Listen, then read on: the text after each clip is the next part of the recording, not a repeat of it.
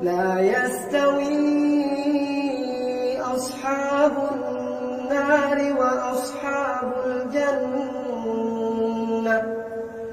أصحاب الجنة هم الفائزون. لو أنزلنا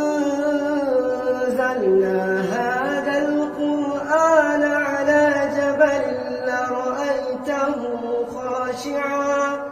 لرأيته خاشعا متصدعا من خشية الله.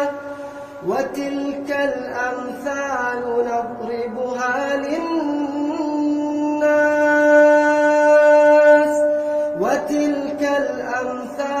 نضربها للناس لعلهم